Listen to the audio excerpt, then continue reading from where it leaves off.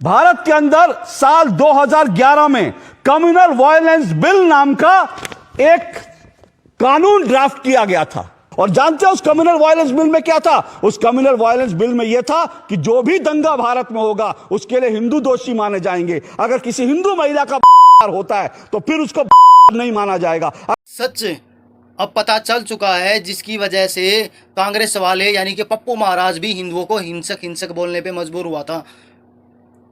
2011 की बात है, जब कांग्रेस की सरकार थी तो कांग्रेस की सरकार ने एक ऐसा बिल पास किया था जिसमें कोई भी दंगा होता है, कोई भी कुछ भी होता है पूरे देश में, तो सारा ब्लेम ओनली हिंदुओं के ऊपर लगेगा। यकीन नहीं आता है तो यह वीडियो देखिए और इसमें सबूतों के साथ दिखा रखा है। लोग आज कहते हैं कि जॉर्ज सोरोस आज इस देश में जो है सरकार गिराने की कोशिश कर रहा है। हां, क्योंकि उसको सरकार गिरानी है। लेकिन जॉर्ज सोरोस, जब भारत के अंदर जॉर्ज सोरोस के इशारों पर चलने वाली सरकार थी, तब जॉर्ज सोरोस क्या कर रहा था यह भी जान लीजिए। यह आपको पता होना चाहिए। तब जॉर्ज सोरोस क्या करता था जब भारत में यूपीए की सरकार थी। आपको कुछ तथ्य मैं जल्दी से बता देता हूं। भारत के अंदर साल 2011 में कम्युनल वायलेंस बिल नाम का एक कानून ड्राफ्ट किया गया था।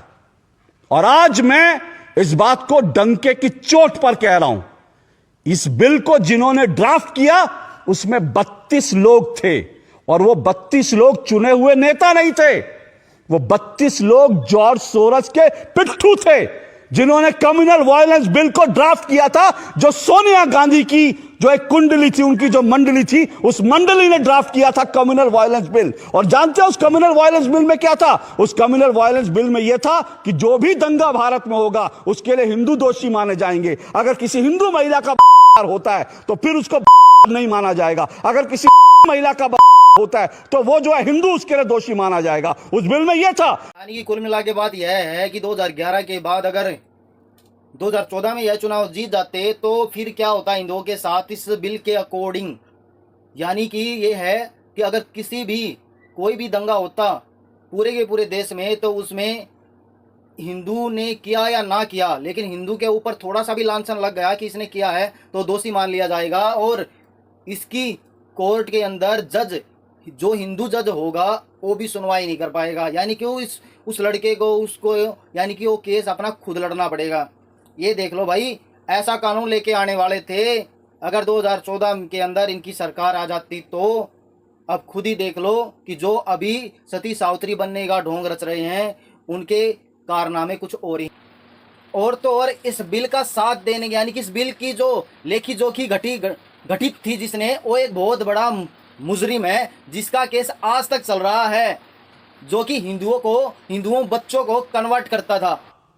कानून साबित नहीं करेगा, उसको साबित करना कि वो निर्दोष था, तुरंत जो है वहां पर न्याय होगा। और न्याय क्या होगा? हिंदू को उठा के जेल में डाल दिया जाएगा और जो है उसको माना नहीं जाएगा। ये कम्युनल वायलेंस बिल 2011 में बना था। और इस बिल के पीछे दिमाग जानते हैं किसका है? इस बिल के पीछे उन 32 लोगों का दिमाग था जो जॉर्ज सोरोस के थे। सोनिया गांधी टॉप पे थी और इस बिल बनाने वालों में हर्ष मंदार शामिल था। और वह हर्ष मंदार कौन है? वो जॉर्ज सोरोस का आदमी है। ये वही हर्ष मंदार है दिल्ली के अंदर जिसके जो चिल्ड्रंस होम थे उस पर छापा पड़ा था, उसमें छोटे छोटे बच्चों का कन्वर्जन हो रहा था। आज भी वो केस चल रहा है। यह था जॉर्ज सोरोस का पूरा। और इसीलिए इस जॉर्ज सोरोस के इशारे पर राहुल गांधी कहते हैं हिंदू हिंसक होता है, संसद के अंदर कहते हैं हिंदू हिंसक होता है, क्योंकि जॉर्ज सोरोस ने को हर दंगे का जिम्मेदार ठहराने की उसने पटकथा लिख दी थी, जिस पर दस्तखत सोनिया गांधी के थे, जिस पर दस्तखत डॉक्टर मनमोहन सिंह के थे। और सुनना चाहते हैं डॉक्टर मनमोहन सिंह के दस्तखत क्यों थे? मेरे हाथ में एक तस्वीर है, ये डॉक्टर मनमोहन सिंह की बेटी की तस्वीर है।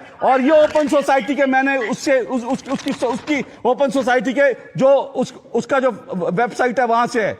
डॉक्टर मनमोहन सिंह की बेटी ओपन सोसाइटी के पेरोल पर थी।